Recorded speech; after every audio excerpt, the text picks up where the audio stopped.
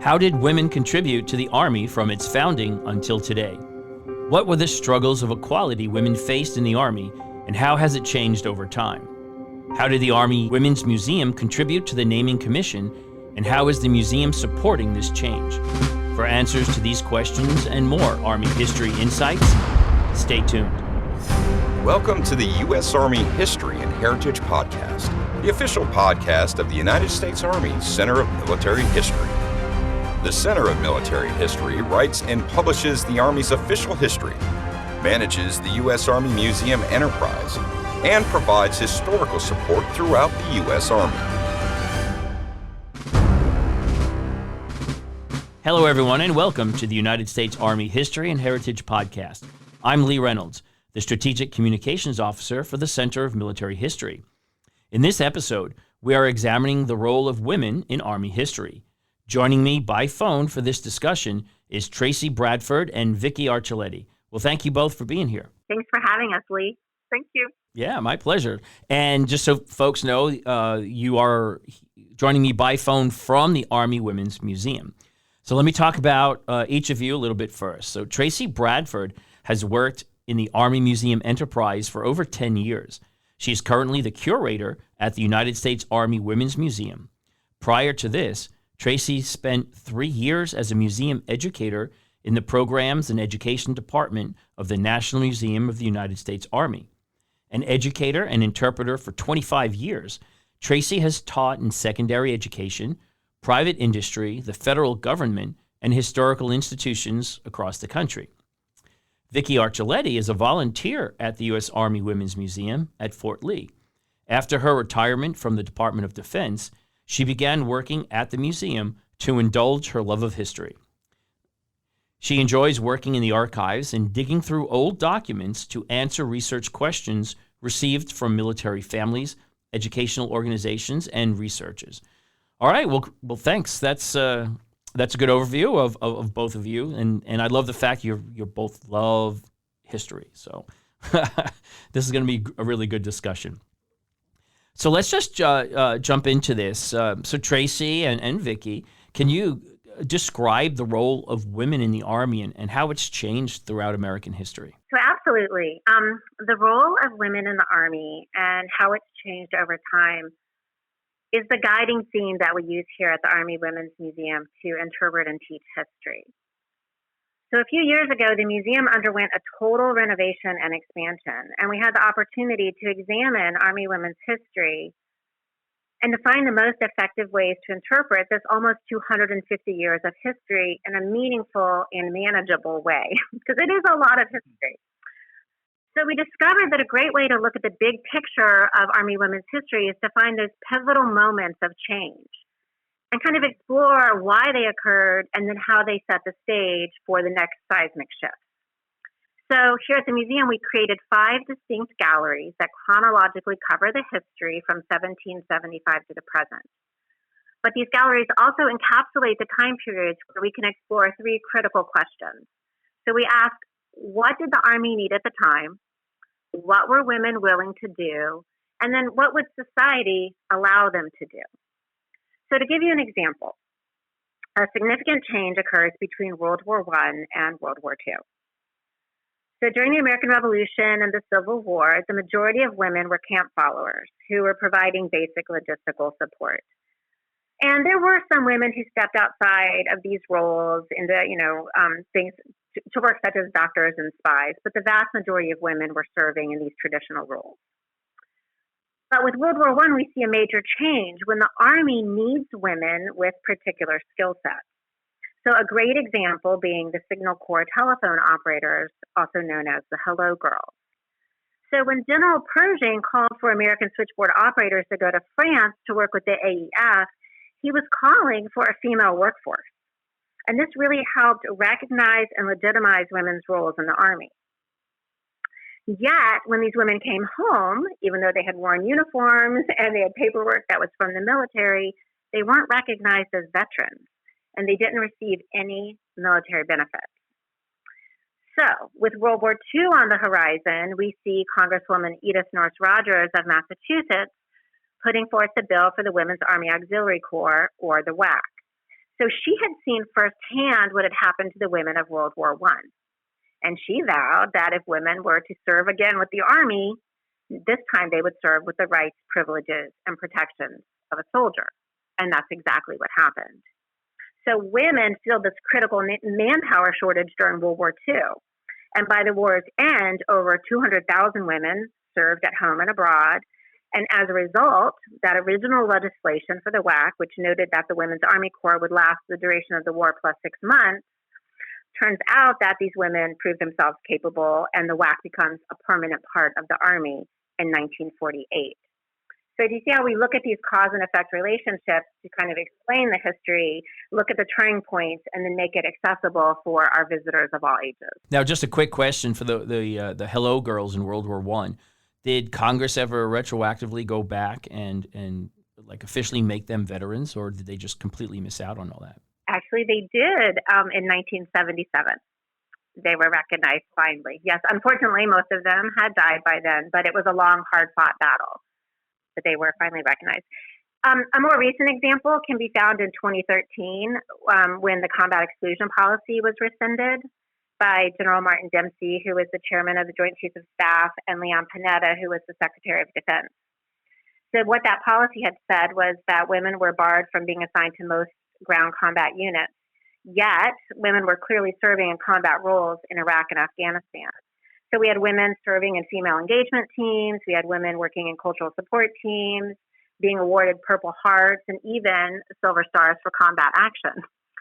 So thus, after more than 10 years of war, our leaders recognized that women had become an integral part of the Army and enabled them to perform their mission, and that women were routinely demonstrating courage, skill, patriotism. And as a result of that policy change, today women can do any job in the Army if they meet the standards.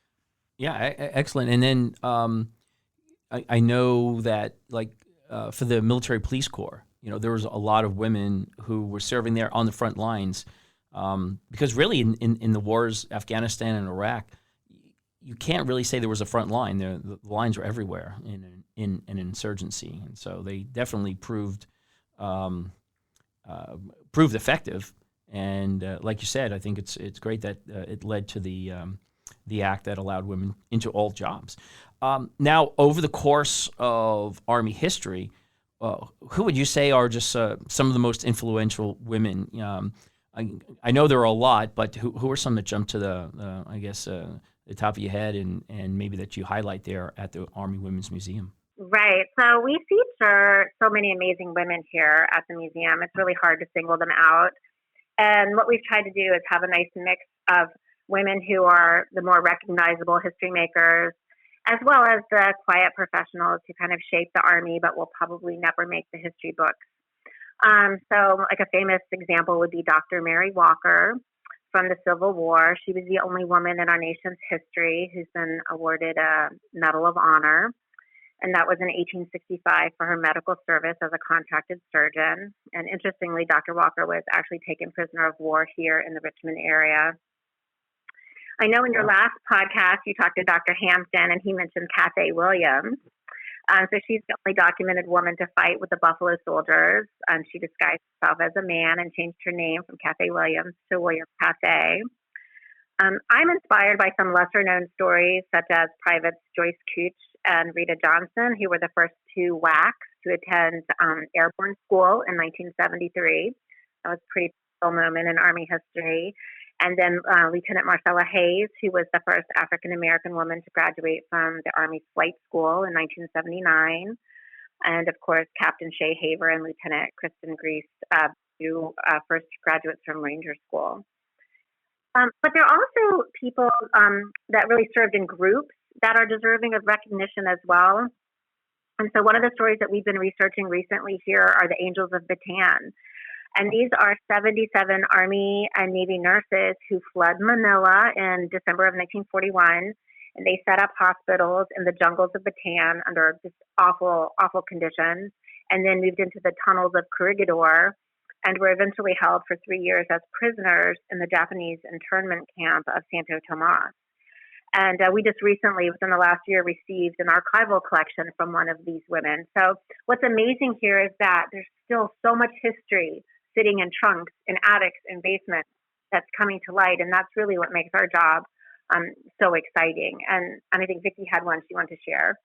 Yeah, I'm always drawn to stories about people that are willing to brave the unknown. And one group of women that were courageous and ready to face the unknown were the Nisei women, or the second generation Japanese American women. And during World War II, several hundred were selected for a variety of jobs, with the small group trained in linguistics to serve as translators and office workers in Tokyo. And then others received more traditional training. They were in clerical, medical, and supply positions. But what I thought was really interesting was that some of these women were actually in internment camps before becoming WACs, and just wanted to show that they were patriotic and they wanted to support the United States. So I thought that was a pretty big transition to come out of a camp and go into the WAC. Yeah, that's a fascinating story. I have not heard that before, and I think that I'm going to explore that a little bit more and maybe share some of those stories. And I'll get with you and share some of those stories on our social media. We all hear a lot about the 442nd, the Nisei Americans, who, like the women, were in internment camps, but then they fought and became the most highly decorated American unit in World War II.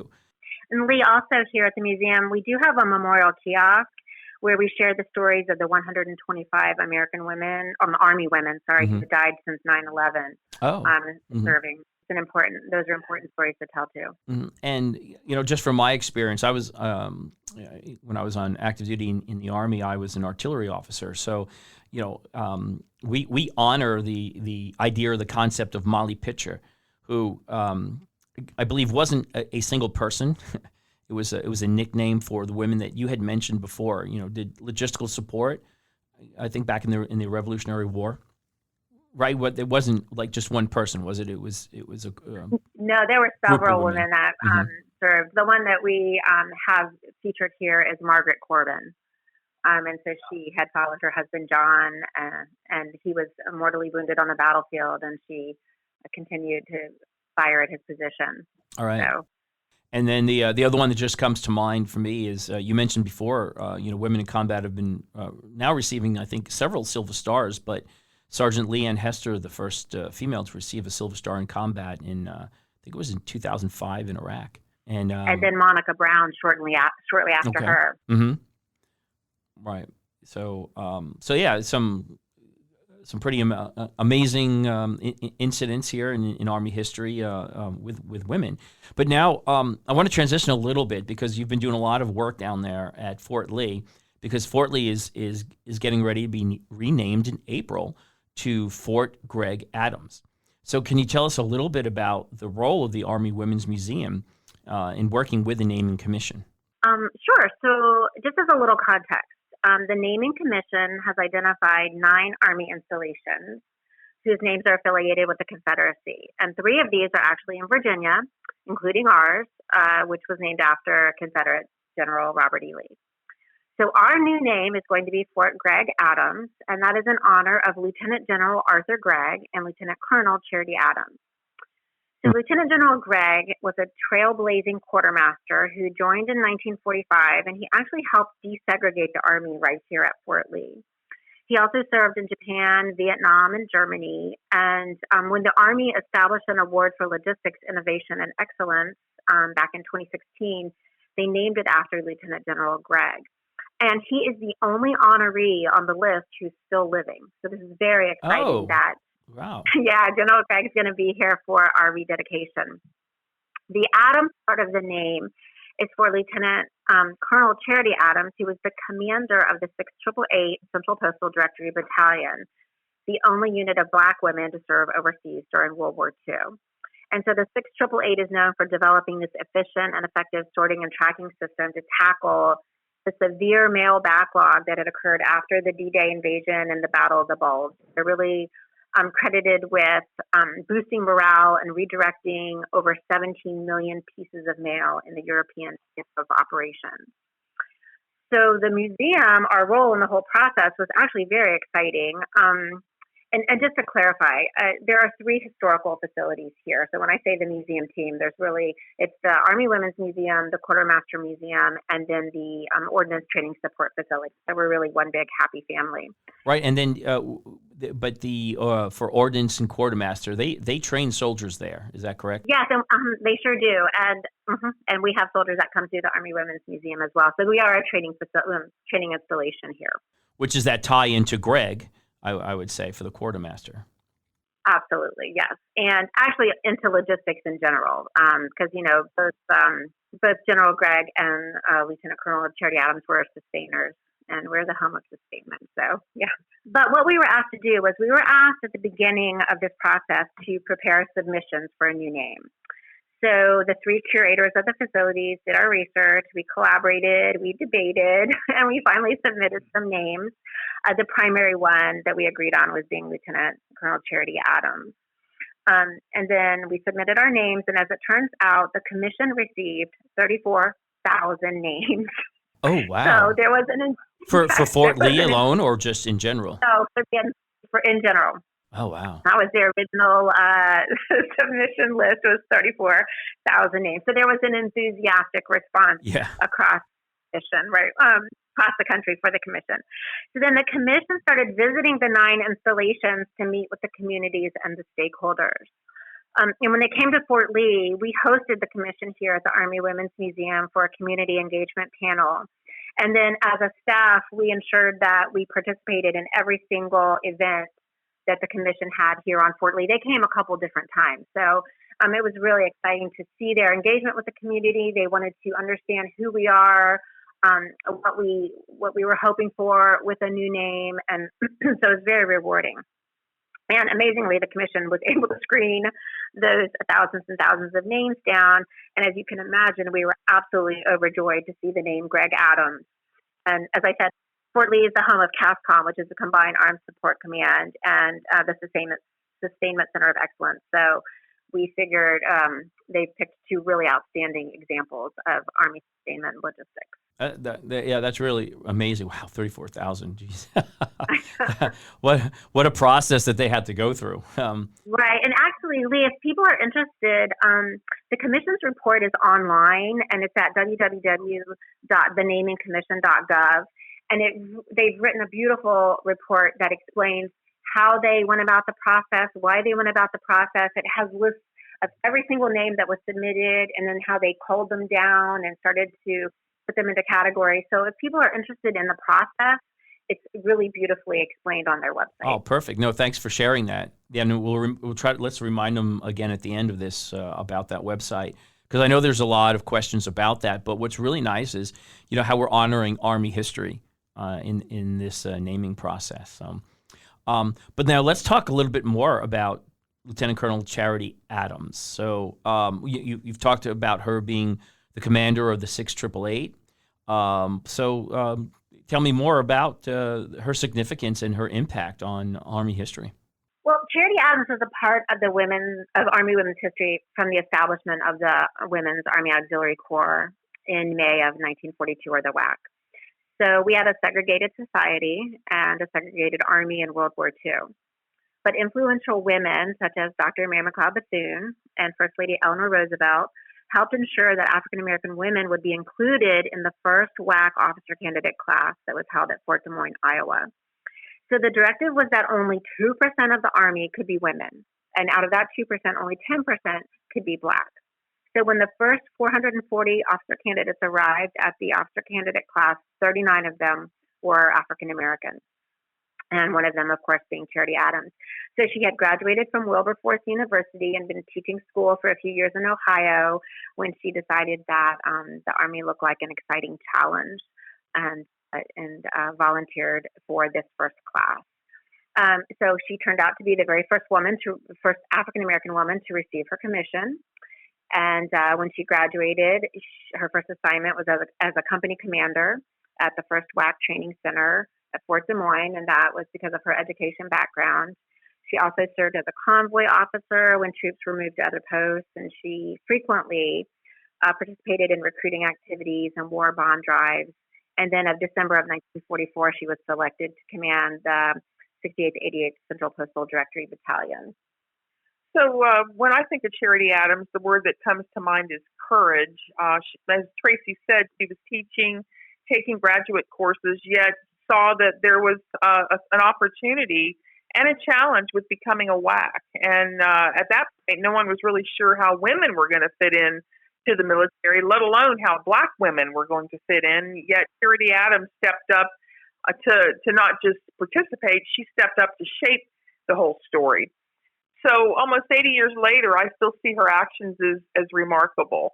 Almost a visionary, I would say, in some respects. I don't know what was going through her mind, and I'm sure that when they said you're going overseas with 855 women to tackle this male situation, I'm sure that she was thinking, well, wow, what did I get myself into? And particularly with the fact that, as we know, she had a lot of supporters, but there were also detractors as well. So there were a lot of eyes on her and the unit.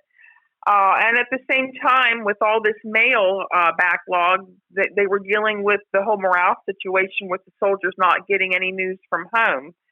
And when they got there, they found this huge backlog of mail. We've got pictures of mounds and mounds of mail in warehouses that had rodents, and there were incomplete addresses on all of these letters. There were packages from Christmas that had been there for months and months with all sorts of problems with that.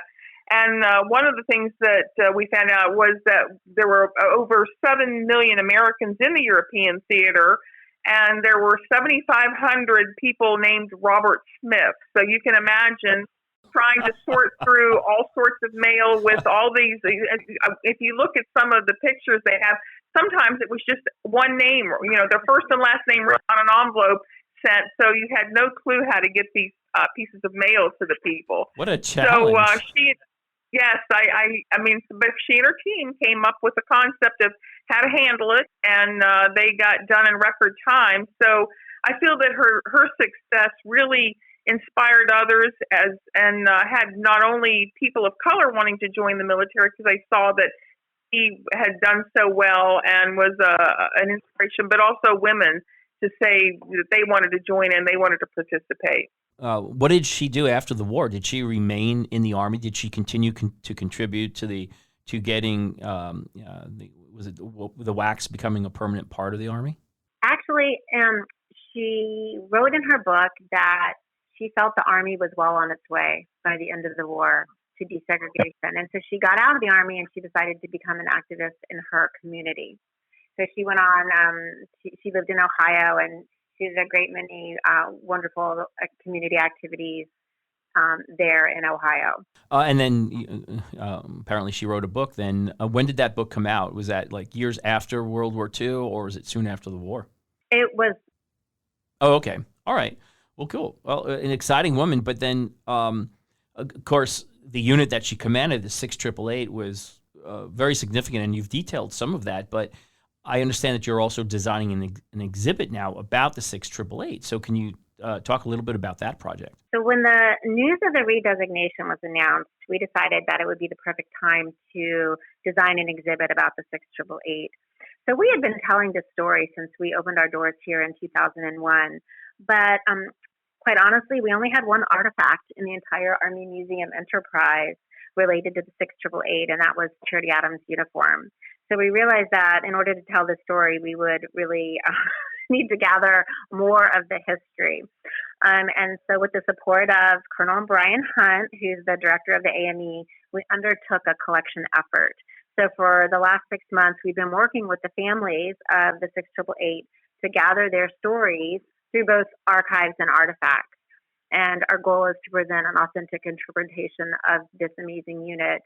And one of the focuses is the actual work that they did. So it's been fun to kind of look at how did they tackle this mail problem? What were the strategies that they used? What were the instruments that they used? The locator cards and the stamp canceling machines and the mail bags. And so that's just really been fun for us to explore the story in different angles. And luckily, we've got a very generous financial support organization called the Friends of the Army Women's Museum Association. And in fact, Vicki is a board member for our organization. Their nickname is FAMA. But they have been able to fund an exhibit design with Steve Feldman Design Consulting. So we are well on our way to having the exhibit complete, and soon it should go out for a bid on fabrication. So we're hoping to have this up by the beginning of next year. Okay, when do you think the exhibit will actually open? Yeah, so we're hoping January or February of 2024. Okay. I would love sooner, but I'm not sure about that. Mm-hmm. We'll see. No, it's hard to say right now, but just that ballpark figure so people can keep an eye out for that. Well, that's exciting. Yeah, it's an amazing unit, and when you talk about what they did, as a former soldier, as a combat veteran, these things like mail. Of course, these days we've got the email, but in those days, getting that mail was such a huge difference in morale, improving morale. So they really did a great job in helping the war effort in that way. They did, and one of the stories, Lee, that we are going to explore in the exhibit too is that we say that this is the only Black unit to go overseas, but the unit was comprised of 855 predominantly African American women, but it did include other segregated Latin American, Caribbean, and multiracial women. So I think it's important to remember that the Army segregated. If you're an Afro-Caribbean woman, you were put in with the African American women. So we do have an opportunity to tell that story as well, which is going to be, I think, very interesting and enlightening. And so, Vicki, as a volunteer there at the archives in the museum, what has been your role in the exhibit process? So what I've been working on was finding images for the exhibit as well as doing some researching of facts. I've actually enjoyed having an opportunity to go through some of our own archive material to see what information we had on Charity Adams and the 6888 members, and reading a lot of the articles that we have and listening to some of the oral history. So it's been a fun experience in trying to pull all this together so that Tracy can decide how she wants the exhibit to look, what stories she wants to tell. So I can't wait for it to open just to see the final product. And then, what are some of the unexpected challenges and rewards that you've encountered in researching this exhibit? So we spent a lot of time trying to find the right images and facts for the exhibit to be able to tell the stories.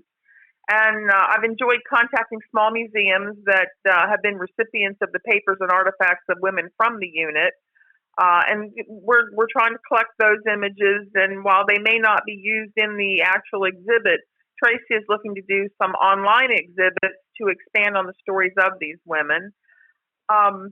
It's amazing, too, how many museums do have items from the various 6888 members. And one interesting story, Tracy was looking for an image of Mary McLeod Bethune, and it turned out that the National Park Service has a historic site in Washington, D.C. called the Mary McLeod Bethune Council House, which was the first headquarters of the National Council of Negro Women and was also her last home. And they have, a remarkable treasure trove of images. Just phenomenal images of Mary McLeod Bethune and Black Wax. And so the archivist up there was tremendous. I would send an email and say, hey, here's the images we want. And it would be within an hour, we would have these high resolution images so that we could figure out what to use. So really, it's been like a treasure hunt, just trying to find out what's out there and what not. Maybe we can't use it today, but we can use it in the future. So it's been a very fun experience.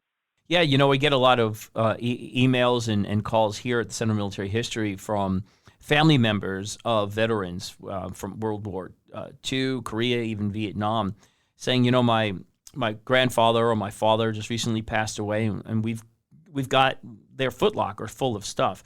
Can you take it? Do you want it? But if people find information about women in the Army or about the 6888, is that something that you're willing to at least take a look at and possibly take from them? Absolutely. They're welcome to contact us. In the Army Museum Enterprise, we have a pretty rigorous collections process. So it would have to be items that we don't have represented in our current collection.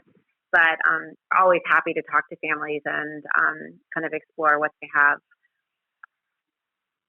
What's hard, though, Lee, about what we do, I know you interview a lot of historians and they write books and they have lots of words they can use Yeah. to describe the history. The hard part for us, like Vicki is saying, is, we have a limited word count in an exhibit. We have a limited number of images we can use. So we really have to think about how do the images represent a larger picture? How do the images fit together to tell a story? So unlike a history book, we've got to really edit and think about interpretation and visitor and how people are going to learn and what we want them to leave with. So it's exciting but challenging. Yeah. Well, like they say, right? A good picture is worth 1,000 words. So.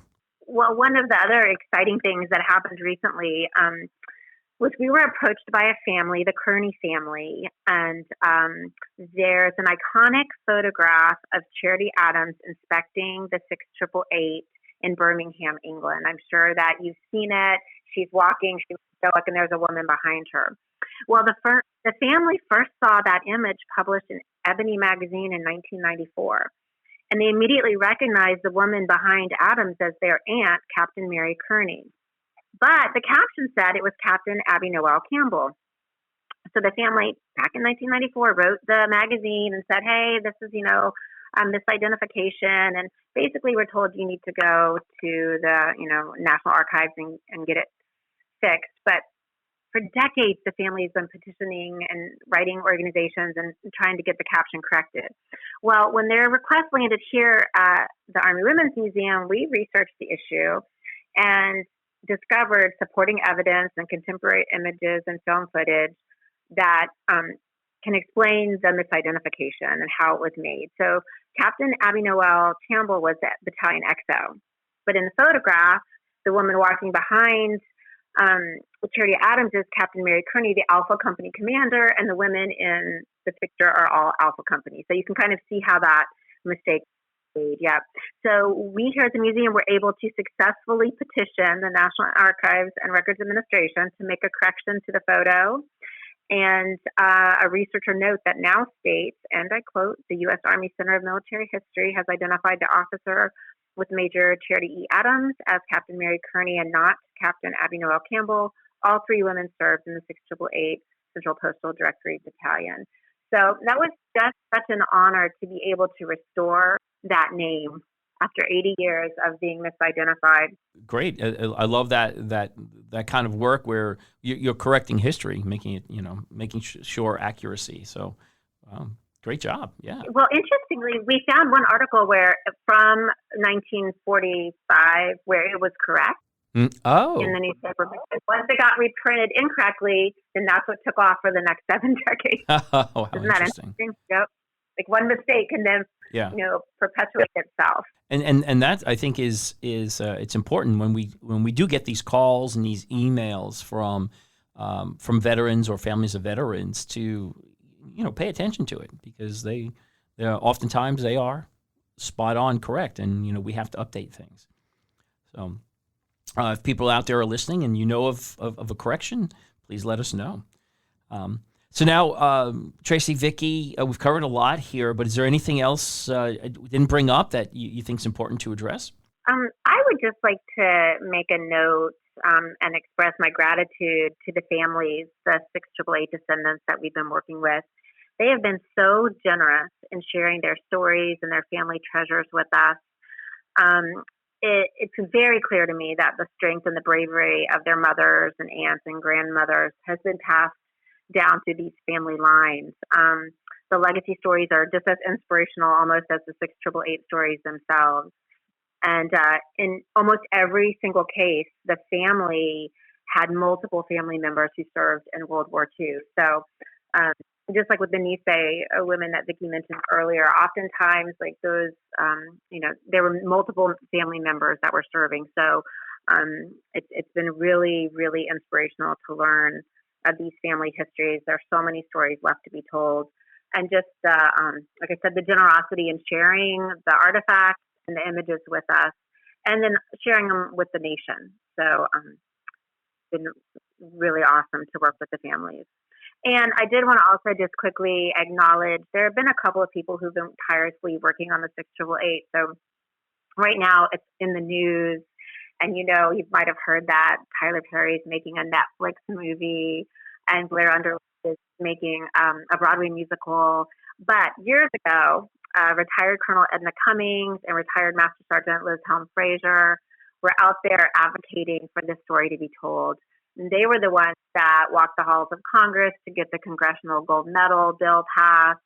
They worked with retired Navy Commander Carlton Philpott to get the monument built at the Buffalo Soldier commemorative area at Fort Leavenworth. So right now there's a swell, and it's so exciting to see the story shared. But there have been these civilian advocates that have been carrying the torch for this story for a long time, and I really want to thank them as well. Great. No, and that's important, and I know we all appreciate the support of the community on these types of things.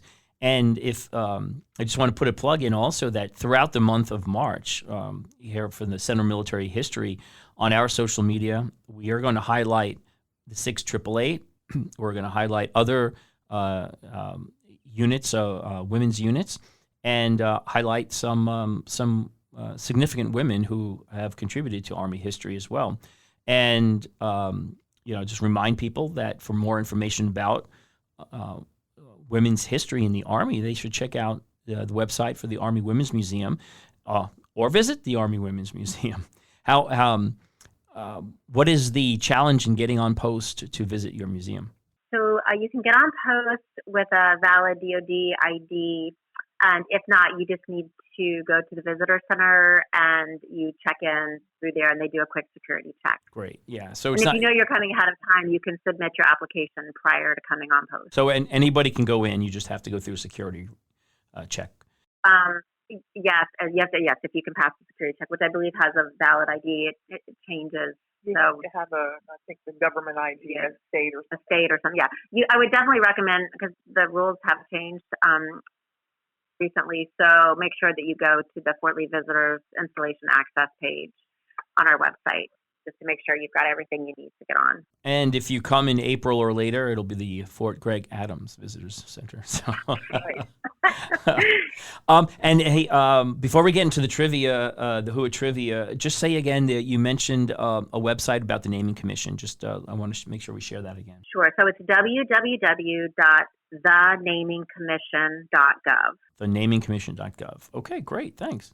And then ours is awm.lee.army.mil. And I'm guessing that might change too.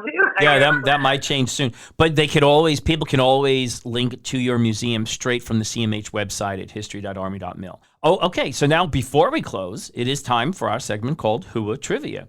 So there's a piece of significant Army trivia that you can share about the role of women in Army history. So what do you have for me? Okay, so earlier in the podcast, we mentioned the Hello Girls of World War I receiving their veteran status in 1977 during President Jimmy Carter's administration. There was another group of women who was also recognized at that same time. You know who they were? Oh, gosh. They did not receive their veteran status at the time that they served and were granted it in 1977. Oh, wow. Trying to think. Did I stump you? Yeah, I think you did. It was the women Air Force Service pilots, the WASP of World War II. Oh, right. And they were, like the Hello Girls, they were contracted, not enlisted. And the air war was won before the ground war, so they were sent home and told, thank you for your service, not receive their veteran status until 1977. And that was World War II, you said, right? Yeah. Yeah. Oh, wow. Okay. Well, good. Yeah, because that was Army Air Corps but they were contracted by the Army Air Corps, right? Right. And there was some debate about they weren't going under the Women's Army Corps and they weren't exactly under the Army Air Corps. So I think that they kind of got left out at the end as contractors and were sent home. And yep. So we do have an exhibit here at the museum about the WASP. Yeah, that's an interesting, again, a very lesser known group of women who contributed. And I think when we talk to our historians here, we may do a social media post about that next month as well, or in the month of March. Well, thank you very much, Tracy and Vicki, for your insights today about the role of women in Army history and about some of the new exhibits that are coming up in the Army Women's Museum. And if anyone wants to learn more about the history of women in the Army or how to visit an Army museum and learn more about Army history in general, I encourage you to explore our website at history.army.mil. And if you want to experience Army history every day, then visit our social media sites on Facebook, Twitter, and Instagram. Thanks for joining us today on the United States Army History and Heritage Podcast. For the Center of Military History, I'm Lee Reynolds. And until next time, we're history. The views expressed in this podcast reflect those of the speakers and do not necessarily reflect the views, policies, or opinions of the U.S. Army or Department of Defense. For more information about the Army's proud history and heritage, go to history.army.mil.